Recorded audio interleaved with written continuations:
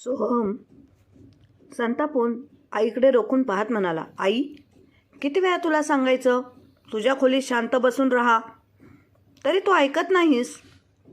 असं कोणतं महत्त्वाचं काम निघालं होतं की तुला बाहेर यावं लागलं? तो आपल्या वृद्ध आईवर ओरडत होता. तेव्हा शालूताईने शांतपणे उत्तर दिलं, बाळा, हंड्यातलं पाणी संपलं होतं. प्यायला पाणी हवं होतं म्हणून बाहेर आले. आणि तसंही त्या खोलीत जीव गुदमरतो म्हणून विचार केला. थोडी ताजी हवा घ्यावी. आई, अगं आई, तुला माझं बोलणं समजत नाही का? सोहम चिडून म्हणाला. ईशा बाजारातून येतच असेल. तिने तुला बाहेर पाहिलं तर तमाशा होईल. असं म्हणत त्याने शालूताईंना अक्षरशः ओढत त्यांच्या खोलीत नेलं. बिचाऱ्या शालूताई खाटेवर दपकन आदळल्या. त्या शून्य होऊन शून्यात नजर लावून बसल्या. डोळ्यातून घळाघळा अश्रू वाहत होते. त्या आठवू लागल्या तो दिवस जेव्हा सोहम 18 वर्षांचा होता. त्याचा भीषण अपघात झाला होता. 15 दिवस सिटी हॉस्पिटलमध्ये उपचार सुरू होते, पण प्रकृतीत काही सुधारणा नव्हती. यशवंतराव तळमळत कधी डॉक्टरांकडे भीक मागत होते तर कधी वॉर्ड बाहेर कोसळून रडत होते. शालूताई मात्र एका कोपऱ्यात उभ्या होत्या राहून नर्सची विनवणी करत होत्या. तेवढ्यात डॉक्टर ICUमधून बाहेर आले आणि यशवंतराव क्षणाचाही विलंब न लावता त्यांच्या पाठीमागे धावले. डॉक्टर यांचे पाय धरत ते रडविल्या आवाजात म्हणाले, डॉक्टर साहेब, काहीही करा पण माझ्या सोहमला वाचवा. मी तुमचं आयुष्यभर ऋणी राहीन. डॉक्टरांनी सुस्कारा टाकत उत्तर दिलं, काका, आम्ही पूर्ण प्रयत्न करत आहोत, पण परिस्थिती गंभीर आहे. लवकरात लवकर ऑपरेशन करावं लागेल. एकूण खर्च 2 लाख रुपये येईल. तुम्ही पैशांची व्यवस्था करा. आम्ही लगेच ऑपरेशनला सुरुवात करू. हे ऐकताच यशवंतरावांची धावपळ सुरू झाली. एकामागोमाग एक अनेक दार ठोठावली, पण कसाबसा 1 लाख रुपयांची जुळवाजुळव झाली. त्यांची तगमग पाहून वेदिकाने लगेच आपल्या नवऱ्याला फोन केला. जावई बापूंनी एक क्षणही न गमावता उरलेले 1 लाख रुपये यशवंतरावांच्या हातावर ठेवले. शेवटी डॉक्टर आणि सोहम यशस्वी ऑपरेशन केलं आणि त्यांचा जीव वाचवला. हळूहळू वेळ सरकला. मोठ्या कष्टाने यशवंतरावांनी त्याला इंजिनिअरिंग शिकवलं. अखेर एका मोठ्या कंपनीत नोकरी लागली. आणि मग एक दिवस सोहमने आम्हाला सांगितलं, माझ्यासोबत शिकणाऱ्या ईशासोबत मला लग्न करायचं आहे. ईशा दिसायला सुंदर होती आणि बोलायला हजरजबाबी. 2-4 भेटीतच दोघांना वाटायला लागलं होतं की ते एकमेकांसाठीच बनले आहेत. पण सोहमच्या आईवडिलांना ईशाचं वागणं अजिबात आवडलं नाही. तिचं बोलणं, बोलण्याची पद्धत सगळंच त्यांना खटकत होतं. दुसरीकडे ईशाच्या आईवडिलांनी दुसऱ्या जातीतल्या या लग्नाला ठाम नकार दिला होता. पण दोघांनी कोणाचंही ऐकलं नाही. शेवटी घरच्यांच्या नाराजीमध्येच दोघांचे लग्न झालं.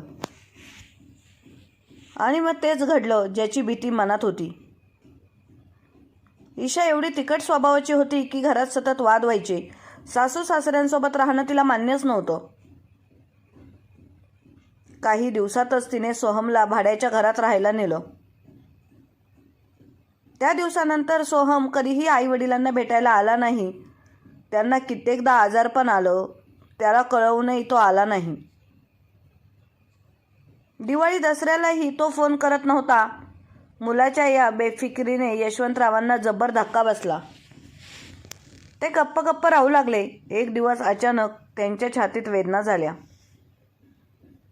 ते डळमळत खाली कोसळले. शालूताईंना क्षणभर काही कळेना. घाबरून त्यांनी ताबडतोब शेजारी राहणाऱ्या सुमन आत्याला बोलावलं.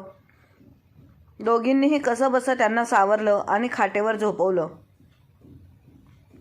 डॉक्टर आले, तपासणी केली आणि म्हणाले, हृदयविकाराचा झटका आलाय. उपचारात उशीर झाला असता तर धोका वाढला असता. शालूताईने पुन्हा पुन्हा सोहमला फोन केला, पण तो ऐकण्याऐवजी उलट आईलाच ओरडत होता. त्यावेळी वेदिकाला वडिलांच्या तब्येतीबद्दल कळलं. ती एका क्षणाचाही विलंब न लावता नवऱ्यासोबत तडक घरी आली. घरात शिरताच तिने वडिलांना घट्ट कवटाळलं आणि अश्रू आवरत म्हणाली, बाबा काळजी करू नका. आम्ही तुम्हाला चांगल्या हॉस्पिटलमध्ये घेऊन जातो, पण आयुष्यभर आपल्या जावयाच्या उपकाराखाली दबलेल्या यशवंतरावांना हे नको होतं. त्यांनी डोळ्यातलं पाणी पुसलं आणि अस्पष्ट आवाजात म्हणाले, वेदिका बाळा, मला हॉस्पिटलमध्ये जायचं नाही. तू आलीस ना आता, मी लवकर बरं होईल. त्या दिवसापासून वेदिका दिवस रात्र त्यांच्या सेवेत गुंतून गेली. वेळेवर औषधं द्यायची, खाऊ घालायची, पाय दाबत बसायची. बाबांनी तिला थांबवण्याचा प्रयत्न केला तेव्हा ती हसून म्हणाली, बाबा, आम्ही लहान असताना तुम्हीही आमच्यासाठी हे सगळं केलं होतं ना.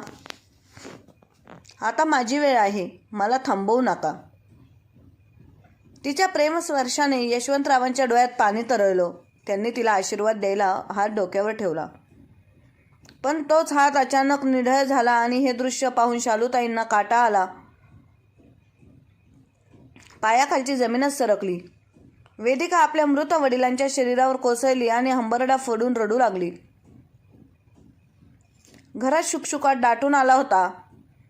ज्याच्या भेटीसाठी यशवंतराव जिवंतपणे तडफडले, तोच मुलगा त्यांच्या मृतदेहाला अग्नी देण्यासाठी झटपट हजर झाला. पण त्याच्या चेहऱ्यावर पश्चातापाचा लवलेशही नव्हता. औपचारिकता पूर्ण करताच तो आणि त्याची पत्नी लगेच निघून गेले. शालूताई मात्र नवऱ्याच्या निधनाच्या धक्क्याने दिवसेंदिवस अधिक अशक्त होत होत्या. मोठा आजार नव्हता, पण मन शांत नसेल तर शरीर साथ कसं देणार. नवऱ्याच्या पेन्शनच्या तुटपुंज्या रकमेवरच त्या 2 वेळच्या जेवणाची आणि औषध पाण्याची तोंड मिळवणी करत होत्या. घराच्या पडवीत एकट्याच पडून राहत होत्या आणि थरथरत्या हाताने कसं तरी 2 वेळची भाकरी बनवत होत्या.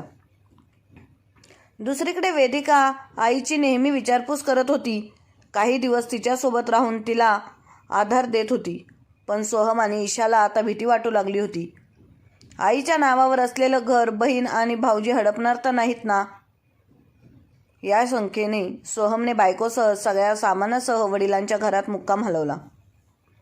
कारण मात्र मोठ्या थाटात सांगू लागला, बाबा गेल्यानंतर आम्ही आईला एकटी सोडू शकत नाही. भोळ्या बाबड्या शालूताईंनी या कावेबाजपणाला सत्य मानलं आणि देवाचे आभार मानले. उशिरा का होईना पण मुलाला सद्बुद्धी आली, पण त्यांच्या मुलासुनेचे खरे हेतू त्यांना ठाऊक नव्हते. काही दिवसातच ईशाने संपूर्ण घरावर ताबा मिळवला. शालूताईंचे सामान एका छोट्याशा खोलीत टाकलं.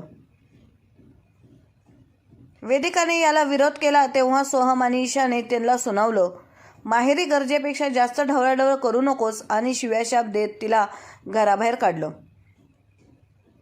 शालूताईंची अवस्था दिवसेंदिवस बिकट होत होती. स्वतःच्या घरातच त्या दुय्यम झाल्या होत्या. थंडीचे दिवस सुरू होताच त्यांची तब्येत अधिक खालवली. पण मुलाने आणि सुनेने त्यांच्या उपचारासाठी 1ही रुपया खर्च करण्याची तसदी घेतली नाही. परिणामी त्यांची प्रकृती ढासाळत गेली. अखेर सोहमची आत्या सुमनताई त्यांची विचारपूस करायला आल्या. वहिनीची दयनीय अवस्था पाहून त्या शून्य झाल्या. त्याच वेळी सोहम आणि ईशा त्यांच्या खाटेजवळ बसून नाटकी सूर लावू लागले. आईची तब्येत फारच खराब झाली आहे. समजत नाही तिचा जीव कशात अडकला आहे. सोहमचा गळा भरून आला आणि ईशा वरूनच म्हणाली, खरंच आईंचं एवढं हाल होताना पाहत नाही त्यापेक्षा देवाने तिला लवकर मरण द्यावं. हे ऐकताच सुमनताईंना थैथयाट अनावर झाला. त्या संतापाने म्हणाल्या, आईच्या मरणाच्या गोष्टी करताय, पण डॉक्टरांकडे नेण्याचा विचारही करत नाही. त्यांचा करडा आवाज ऐकून सोहम दचकला. ईशाचा चेहरा उतरला. सुमनताईंनी वेळ न दडवता एका चांगल्या डॉक्टरांना बोलावलं. योग्य उपचारांमुळे शालूताई हळूहळू सावरल्या आणि त्यांची तब्येत पूर्ववत होऊ लागली. पण आता त्या फक्त बाहेरून बऱ्या झाल्या होत्या. आतून मात्र त्या मातृत्वाच्या वेदनाने पोखरून निघाल्या होत्या. आपल्या भूतकाळात हरवून गेलेल्या शालूताई अचानक वर्तमानात परत आल्या. जेव्हा सुमनताईने त्यांना हाक मारली, शालूबाईने तुमच्यासाठी खिचडी आणली आहे, पटकन खाऊन घ्या. तुम्हाला औषधही घ्यायचं आहे. नाही का नाही? जिजीबाई मला भूक नाही, त्या उदास स्वरात म्हणाल्या. वहिनी, काहीच खाल्लं नाही तर औषधं कसं घेणार? आणि औषध नाही घेतलं तर तुम्ही बऱ्या कशा होणार? सुमनताई प्रेमाने म्हणाल्या. शालूताईने खोल निश्वास घेतला. काय करायचंय बरं होऊन? शरीराचं दुखणं औषधाने बरं होईल, पण मनावरचं झालेले घाव मनच आजारी पडले. मग मी कशी बरी होऊ शकते? सुमनताईंनी त्यांच्या डोळ्यात डोकावत विचारलं. वहिनी, तुम्हाला एक गोष्ट सांगू का? खूप दिवसांपासून माझ्या मनात होती, पण तुमच्यासमोर बोलायची हिंमत होत नव्हती. जिजीबाई, तुम्ही असं का बोलताय? मी कधी तुमचं बोलणं मनावर घेतलं आहे का? शालूताई हलकंसं हसत म्हणाल्या. तुम्ही माझ्यासाठी जे केलं ते कदाचित दुसरं कोणीही केलं नसतं. सुमनताईंनी थोडा वेळ थांबून कटू सत्य बोलायला सुरुवात केली. वहिनी, तुम्हाला तुमच्या मुलाने आणि सुनेने या छोट्याशा खोलीत ठेवले आणि तुम्ही मुकाट्याने इथे आलात. कित्येक दिवस झाले ते दोघं तुमची चौकशीसुद्धा करत नाहीत. तुमची सून ईशा तर तुमच्या नातवंडांना तुमच्या जवळही पाठवत नाही. आजारी पडल्यावरही तुमच्यावर उपचार करत नाही. तुम्हाला असं वागवतात जसं कोणी शत्रूही शत्रूला वागवणार नाही. आणि तरीही तुम्ही काहीच बोलत नाहीत.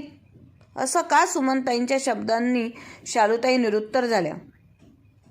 दादा इतके आजारी होते तेव्हा तुमचा मुलगा आणि सून त्यांची विचारपूस करायला आले नाहीत, पण ते गेल्यावर घरावर ताबा घ्यायला मात्र दोघंही पुढे होते.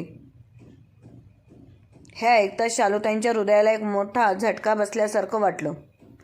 सुमनताई हलक्या रागाने म्हणाल्या. हे कसले नातेसंबंध आहेत जिथे मुलगा आपल्या आईवडिलांच्या उपकारांना विसरतो, वृद्ध आईला अडगळीचं सामान समजतो, तिच्या मृत्यूची प्रार्थना करतो? वहिनी, सासूसुद्धा आईच असते. आम्ही तर लहानपणापासूनच असं ऐकलंय की सासूला आईचं स्थान द्यावं. माझ्या घरी अजूनही सर्वात जास्त महत्त्व मलाच दिलं जातं. कोणीच मला जुन्या सामानासारखं वेगळं करून टाकलं नाही. मग तुम्ही काय हे सगळं सहन करताय?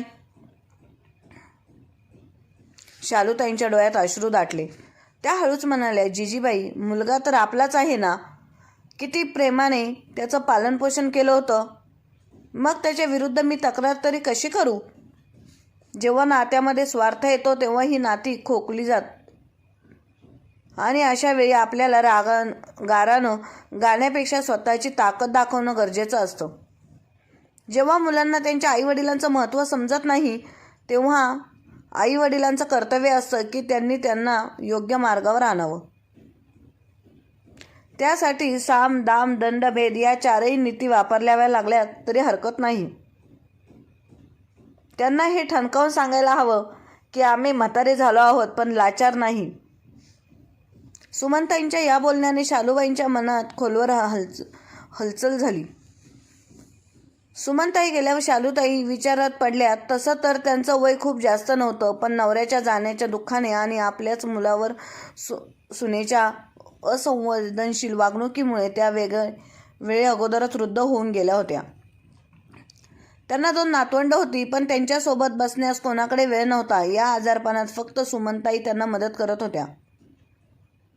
स्वतःच्या घरात एका अरुंद अडगळीच्या खोलीत त्या एकट्या पडल्या होत्या. शालूताईंचा मनात या गोष्टीचा विचार करत करत डोळा लागला आणि झोपेतच त्यांना एक आवाज ऐकू आला. अगं शालू, तू मालकीण आहेस या घराची. प्रत्येक वस्तू तू आणली आहेस. आठव, किती प्रेमाने तू या घराला समजवलं होतं. यशवंतराव म्हणाले. बघा ना, माझं घर आता माझं राहिलं नाही. मला तर या घरात फिरायला पण परवानगी नाही. ताजी हवा घेणे तर सोडा, माझ्या मुलाच्या मनात माझ्या अस्तित्वाचं काही महत्त्व नाही. शालूताई उदासपणे बोलल्या. जिजीबाई, एकदम बरोबर बोललात. शालू, जेव्हा तुझी कोणी किंमत करत नाही तेव्हा तुझी किंमत दाखव. तुझ्या आयुष्याचा नाश करू नकोस. तुला असं पाहून माझ्या आत्म्याला शांती मिळत नाही. यशवंतराव सांगत होते. त्यानंतर शालूताईंची झोपमोड झाली आणि त्या आजूबाजूला शोधू लागल्या. पण जे शोधत होत्या ते कुठेही नव्हते. त्यांना अचानक जाणवले की हे स्वप्न होतं. त्यानंतर शालूताईंमध्ये मोठा बदल झाला. त्यांनी नियमित जेवण आणि औषध घेतलं आणि काही दिवसातच त्या लवकर बऱ्या झाल्या. वाढत्या वयामुळे शरीरात अशक्तपणा होता, पण त्या चालू फिरू शकत होत्या. एक दिवस शालूताई त्या खोलीतून बाहेर आल्या आणि हॉटेलमध्ये बसल्या. त्यांना पाहून सोहम म्हणाला, आई, तू बाहेर का आलीस? तुला काय हवं आहे का होतं का? तर आवाज देऊ शकत होतीस. ईशाने पाहिलं तर तुझ्यावर रागवेल. असं म्हणून सोहम त्यांच्या मनगटाला पकडून त्यांना परत खोलीत पाठवू लागला. त्यावर शालूताईंनी त्यांचा हात जोरात झटकला आणि रागात म्हणाल्या, का? ती मला रागवेल? तिचा काय अधिकार आहे? हे घर माझं आहे आणि माझी मर्जी. मी जिथं हवं तिथे जाईन. ती कोण आहे मला फिरू न देणारी? सोहम आईच्या या रूपाला पाहून आश्चर्यचकित झाला. नेहमी शांत आणि घाबरलेल्या शालूताई आज आवाजात बोलत होत्या. तात्काळ ईशाचा आवाज घराच्या आतून आला. टीव्ही कोणी लावला? टीव्ही या घराच्या मालकिनीने लावला आहे आणि मला वाटत नाही की याबद्दल कोणाला काही म्हणायचं असेल. शालूताई ठामपणे म्हणाल्या आणि ईशा तना करत बाहेर आली. आई, तुमचं धाडस कसं झालं? तुम्ही सोफ्यावर कसं काय बसला? थोड्या वेळातच माझी किट्टी पार्टी आहे. माझ्या मैत्रिणी येणार आहेत. त्यामुळे तुम्ही गुपचूप तुमच्या खोलीत परत जा. ईशा चिडून म्हणाली. अजिबात नाही. आज मला टीव्ही बघायचा आहे आणि मी दिवसभर टीव्ही बघणार. तू तुझ्या मैत्रिणींना नाही म्हणून सांग. शालूबाई ठामपणे म्हणाल्या आणि हसत हसत बसल्या. हे दृश्य पाहून ईशा विचार करू लागली, आईमध्ये एवढा आत्मविश्वास कुठून आला? तुम्ही बघत आहात ना तुमची आई काय बोलत आहे? ईशा रागाने आपल्या नवऱ्याकडे पाहून म्हणाली. आता सोहम उदास आवाजात म्हणाला, आई, तू तुझ्या खोलीत जाऊन बस. तू ऐकलं नाहीस का? ईशाची किटी पार्टी आहे.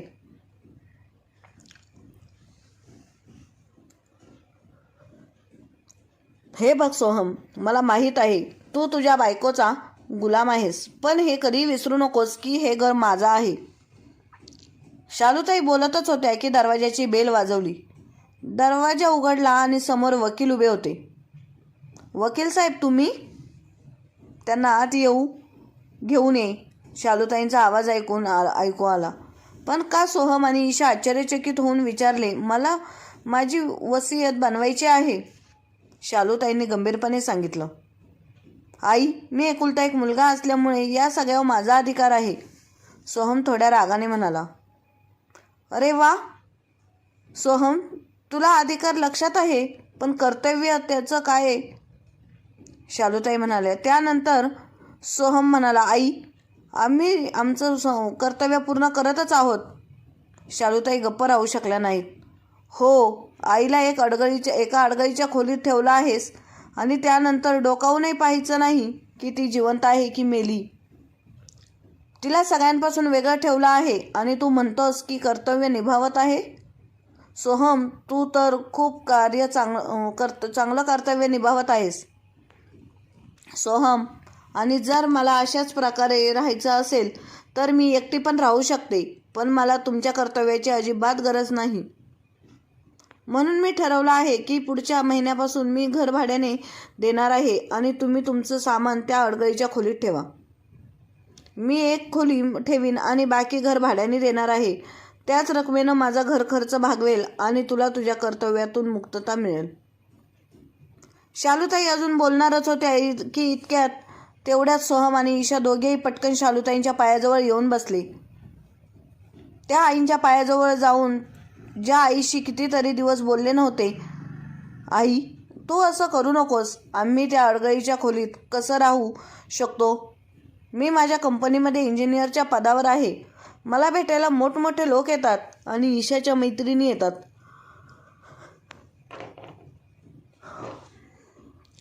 जर लोकांनी आम्हाला त्या अडगळीच्या खोलीत पाहिलं तर आमची काय इज्जत राहील? तू हा विचार कर. आमच्यासोबत तुझी 2 नातवंडं राहतात. त्यांचा अभ्यास तर होणारच नाही. सोहम हात जोडून म्हणाला. अरे वा, काय छान बोलतोस तू. जेव्हा तुझी आई तिथे राहत होती तेव्हा कोणाचाही त्रास नव्हता आणि आता जेव्हा तुला स्वतःला राहायचं आहे तेव्हा त्रास होऊ लागला आहे. कोणती नातवंड ती ज्यांना तू माझ्या जवळही पाठवत नाही? मी का त्यांच्याबद्दल विचार करू? शालूताई म्हणाल्या. मी आता ठरवलं आहे. त्यामुळे आता यामध्ये काहीच बदल होणार नाही. मी जिवंत आहे तोपर्यंत हे घर भाड्याने देणार आणि माझ्यानंतर या घरावर फक्त माझ्या मुलीचा आणि जावयाचा अधिकार असेल. तेच योग्य हकदार आहेत. त्यांनी प्रत्येक पावलावर आमची साथ दिली आहे. कारण नालायका, तू तर तुझ्या बायकोच्या गुलामगिरीत तुच्छ होऊन तुझ्या बहिणीशी नातं तोडलंस. तुझ्या बहिणीनेच तुला जीवनदान दिलं होतं. तुझा मोठा अपघात झाला होता आणि तुझ्या उपचारांसाठी लाखो रुपये लागले होते. त्यावेळेस तुझ्या बहिणीने आणि भाऊजींनी कोणत्याही स्वार्थाची भावना न ठेवता तुझ्या बाबांच्या हातावर पैसे ठेवले होते आणि तू त्यांचे कसे उपकार फेडलेस. शालूताईंचा आवाज थोडा मोठा झाला. मुलगा आणि सून शांततेत खाली मान घालून ऐकत होते. तुझ्या बाबांना त्यांच्या शेवटच्या क्षणी तुला भेटायचं होतं. नातवंडांचं तोंड बघायचं, एकदाच पाहायचं होतं. पण तू तुझ्या बायकोच्या प्रेमात एवढा अंधार झाला होता की तुझं घर तुझं कुटुंब, तुझ्या बाबांच्या इच्छाही तुझ्या नजरेतून गायब झाल्या. आई, आम्हाला माफ कर. खरंच आम्ही स्वार्थामध्ये आंधळ झालो आहोत. जे या घराच्या मालकी अपमान केला मालकिनीचा, पण आम्हाला आमच्या चुकीची एवढी मोठी शिक्षा देऊ नको. ईशा हात जोडून म्हणाली, ठीक आहे. फक्त म्हणण्यासाठी नाही तर मुलगा आणि सुनेचं तुम्ही कोणतेच कर्तव्य पूर्ण केलं नाही. फक्त एका नावापुरतं नातं आहे तुमचं. तुम्ही काहीच कर्तव्य पार पाडलं नाही. तरी मी एक आई आहे. मी कधीच तुम्हाला वेगळं मानलं नाही. फक्त त्या नात्यासाठी मी तुम्हाला संधी देत आहे.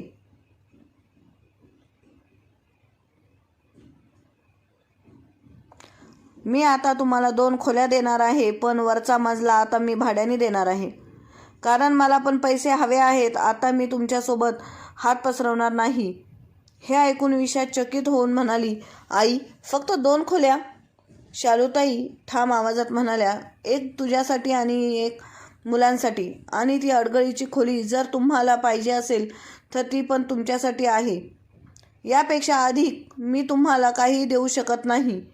तुम्हाला स्वीकारायचा असल्यास राहा, नाही तर दरवाजा खुला आहे.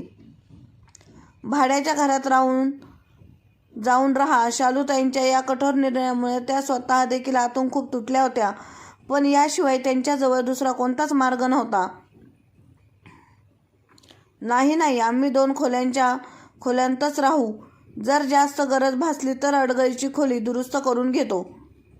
ईशाच्या बोलण्याला मध्येच शालूताईने मोठ्या आवाजात थांबवलं आणि हो, माझ्या मुलीला जेव्हा हवं असेल आणि कितीही दिवस माझ्या घरात राहायचं असेल ते राहू शकते. आणि मला तुमच्याकडून जर एकदाही उपेक्षेचा चिलकाल झाला तर मी निर्णय घेण्यासाठी एक क्षणभरही वेळ लावणार नाही. आज शालूताईंचं हे रूप पाहून ईशाला काही बोलायचं धाडसच झालं नाही.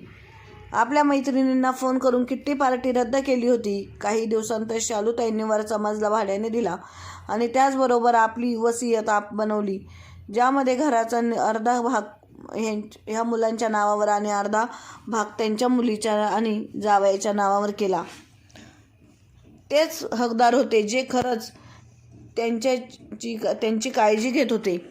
हे सर्व करत असताना वसियतची माहिती मुलाला आणि सुनीला लागू दिली नाही आणि आता शालूताई आत्मविश्वासाने, शांतपणे परिपूर्ण जीवन जगत होत्या. मित्र आणि मैत्रिणींना तुम्हाला काय वाटले? शालूताईने घेतलेला निर्णय योग्य होता का? अयोग्य असेल तर कमेंट बॉक्समध्ये नक्की कळवा आणि याची कथा तुम्हाला कशी वाटली ते लाईक, शेअर, सबस्क्राईब नक्की करा. धन्यवाद.